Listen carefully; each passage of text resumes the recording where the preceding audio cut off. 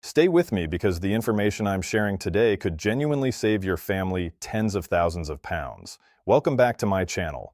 Today we're tackling one of the most important financial topics that every UK senior needs to understand, and yet it's something that causes enormous confusion and anxiety.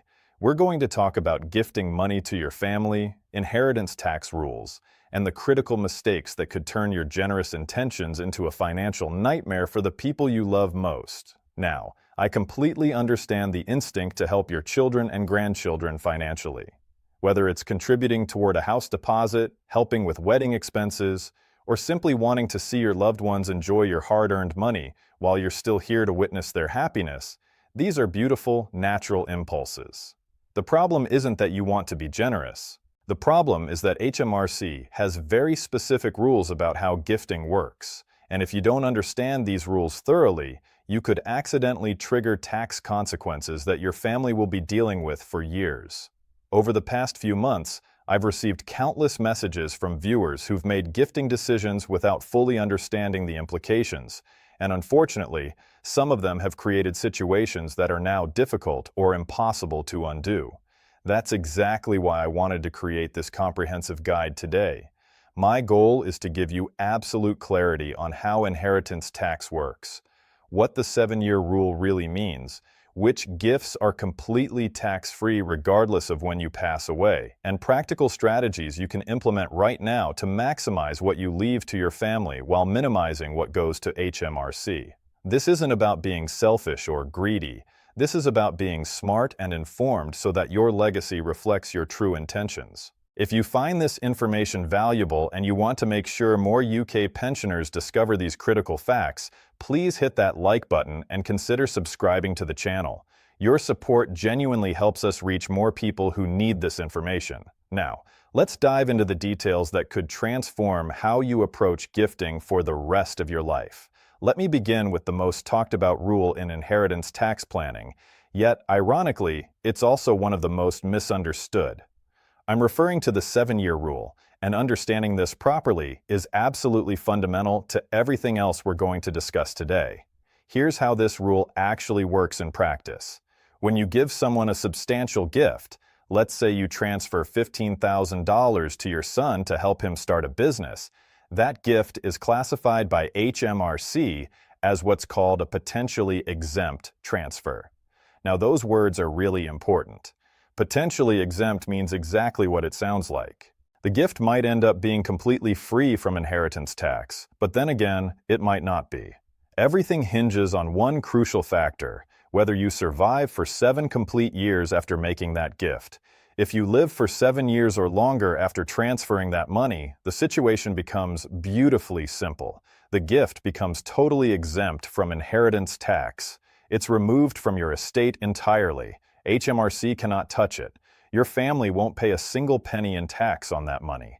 It's completely and permanently theirs.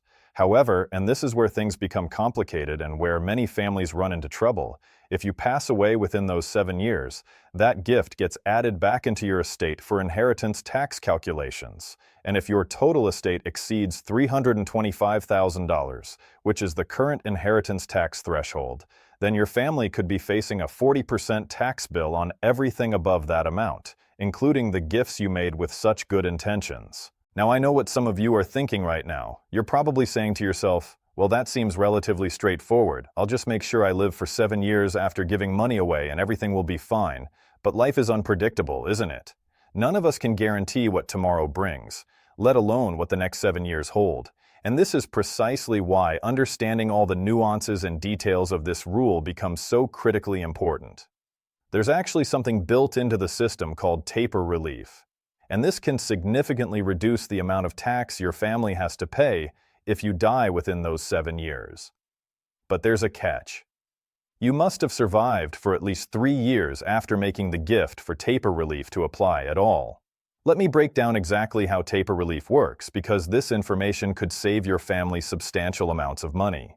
If you pass away within 3 years of making a gift, the full 40% inheritance tax rate applies to that gift, assuming it pushes your estate over the threshold. But if you die between 3 and 4 years after making the gift, the tax rate on that specific gift drops to 32%. If you survive between 4 and 5 years, the rate decreases further to 24%. Between 5 and 6 years, it goes down to 16%. And if you make it between 6 and 7 years, the tax rate is only 8%. Then, as I mentioned, after the full 7 years have passed, the gift becomes completely tax-free.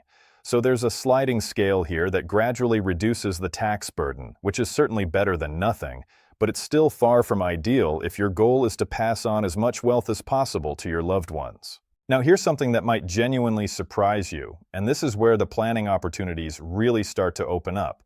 Not all gifts are treated the same way under inheritance tax rules. HMRC recognizes certain categories of gifts as what they call exempt gifts. These are gifts you can make right now, today, this week, without worrying about the 7-year rule at all. These gifts are immediately exempt from inheritance tax regardless of when you die.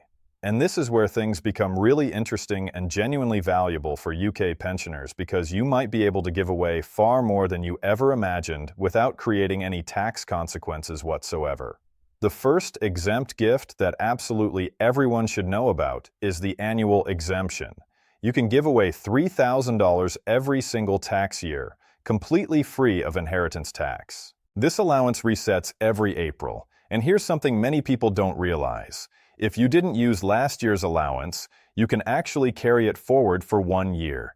This means you could potentially give away $6,000 this year if you haven't made any exempt gifts during the previous tax year. Now, I understand that $3,000 might not sound like an enormous amount, especially if you're trying to help with something substantial like a house deposit. But think about this over time. If you consistently give this amount to your children or grandchildren every single year, that's a very significant amount of wealth being transferred out of your estate without any tax implications whatsoever. Over 10 years, that's $30,000. Over 20 years, it's $60,000. This really adds up. But it gets even better, and this is where you can really maximize your tax-free gifting. There are also what are called small gift exemptions. You can give up to $250 to as many different people as you like in a single tax year, and these gifts are completely exempt as well.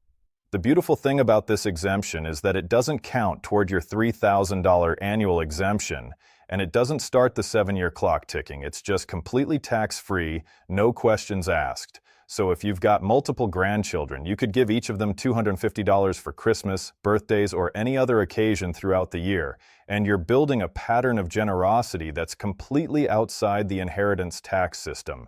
This is a fantastic way to help your family in smaller amounts throughout the year without creating any potential tax complications down the road. Now let me address wedding gifts because this comes up constantly, especially with grandparents who want to contribute toward wedding expenses. And the rules here are actually quite generous when you understand them properly. You can give a tax-free wedding gift of $5,000 to your child, $2,500 to a grandchild or great-grandchild, and $1,000 to anyone else. These exemptions are separate from your annual allowances, which means they're in addition to the $3,000 we just discussed. The critical detail here is timing. The gift must be given before the wedding ceremony or on the wedding day itself. If you give the money after the wedding has already taken place, it simply becomes a regular gift and falls under the normal inheritance tax rules we've been discussing. So timing matters enormously here. But now I want to share with you what I consider to be one of the most powerful and underutilized exemptions available to UK pensioners. This is something I genuinely don't think enough people know about, and it could transform your gifting strategy entirely. It's called the normal expenditure out of income exemption, and this is potentially one of the most valuable tools at your disposal. If you can demonstrate that you're making regular gifts from your income, and this is crucial, from your income, not from your capital or savings, and that these gifts don't reduce your standard of living, then these gifts are completely exempt from inheritance tax immediately. And here's the extraordinary part. There is no upper limit on the amount you can gift under this exemption. Let me give you a practical example of how this might work in real life, because I think this will make it much clearer. Imagine you're receiving $12,000 per year from your state pension and another $20,000 annually from a private pension, so your total income is $32,000 per year. Your living expenses, including housing, food, utilities, entertainment, travel, everything you need to maintain your comfortable lifestyle, comes to around $25,000 per year. This means you have $7,000 of surplus income that you're not actually using for your own needs. If you regularly gift this surplus income to your children or grandchildren, perhaps you set up a standing order for $580 per month, and you keep meticulous records showing that this money is coming from your surplus income and isn't affecting your quality of life. These gifts can be completely exempt from inheritance tax. You could potentially be giving away $70,000 every 10 years, or far more if your income is higher, without any of it being subject to the 7-year rule or inheritance tax. This is absolutely extraordinary when you think about the wealth transfer possibilities. The absolutely crucial thing with this exemption is documentation. HMRC will want to see clear evidence that the gifts were regular, that they came from your income rather than eating into your capital, and that they genuinely didn't impact your standard of living. So keep your bank statements organized. Maintain clear records of your income and expenditure. Consider writing a formal letter to your solicitor explaining the arrangement and your intentions. This documentation will be invaluable if HMRC ever questions these gifts after you've passed away. Without proper records, HMRC might not accept that these gifts qualify for the exemption, and your family could face unexpected tax bills. Now I want to address something that causes tremendous confusion and sometimes gets people into trouble, and that's the difference between gifts and loans. Sometimes people think they can cleverly sidestep the inheritance tax rules by calling a gift a loan, but let me be absolutely clear about this. HMRC is not fooled by labels. If you transfer $40,000 to your daughter and there's no formal loan agreement in place, no interest being charged, no repayment schedule, and no realistic expectation that you'll ever be repaid, HMRC will treat that as a gift, not a loan. And that means the 7-year clock starts ticking from the moment you transfer the money. On the other hand, if you genuinely want to structure something as a loan rather than a gift, you need to treat it like a real legitimate loan. This means drawing up a proper legal agreement, charging a reasonable rate of interest even if it's relatively modest, and establishing a clear repayment schedule that's actually followed.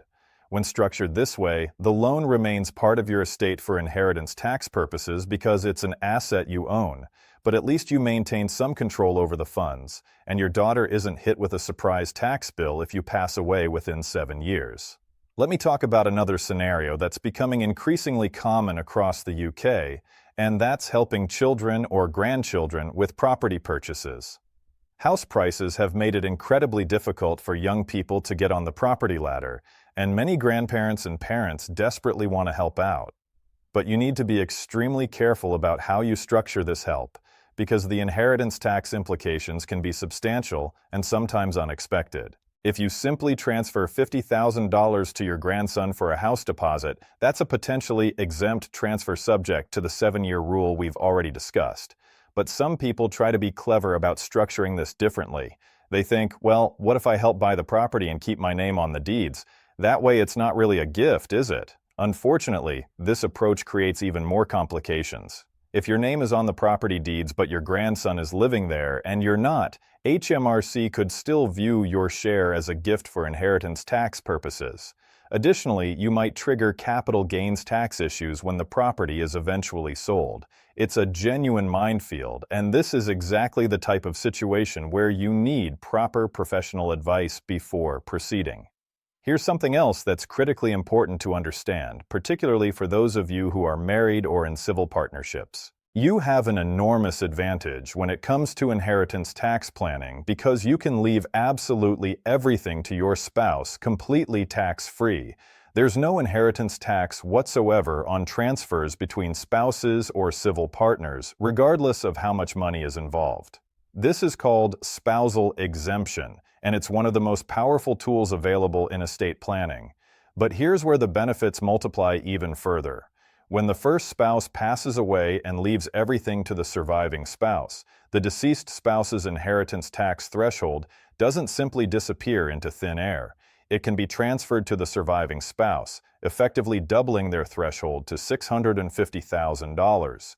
And if you qualify for the residence nil rate band, which is an additional allowance available when you're passing your main home to direct descendants, this can increase the combined threshold even further, potentially up to $1 million for a married couple. This means that many UK families won't pay any inheritance tax at all if they plan their affairs properly. However, and this is absolutely crucial to understand, if you're in a long-term relationship but not legally married or in a civil partnership, none of these spousal exemptions apply to you.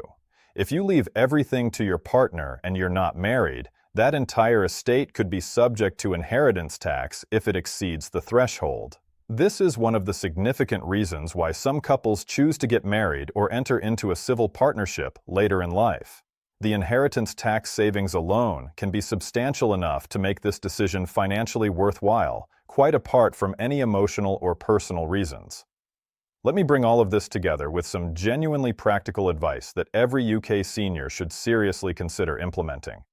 First and foremost, start having open, honest conversations with your family about your wishes and your estate. I completely understand that talking about death and money isn't the most comfortable topic in the world, but I promise you it's infinitely better to have these discussions while you're here, healthy, and able to explain your thinking, rather than leaving your loved ones to figure everything out after you're gone, possibly while they're grieving and under enormous stress. Second, and I cannot emphasize this enough, keep detailed, organized records of any gifts you make. Write down the date, the exact amount, who received it, and which exemption you're claiming for that gift. Create a simple spreadsheet or document that tracks all of this information in one place. This documentation will be absolutely invaluable for your executors when they're dealing with your estate, and it could save your family thousands of pounds in disputed tax bills. Third, review your financial situation regularly, especially if your circumstances change significantly. Maybe you receive an unexpected inheritance yourself, or you decide to downsize your home, or your pension income changes substantially. All of these changes might affect your optimal gifting strategy, so it's worth revisiting your plans annually to make sure they still make sense for your situation. And finally, seriously consider getting professional advice from a qualified tax advisor or estate planning solicitor.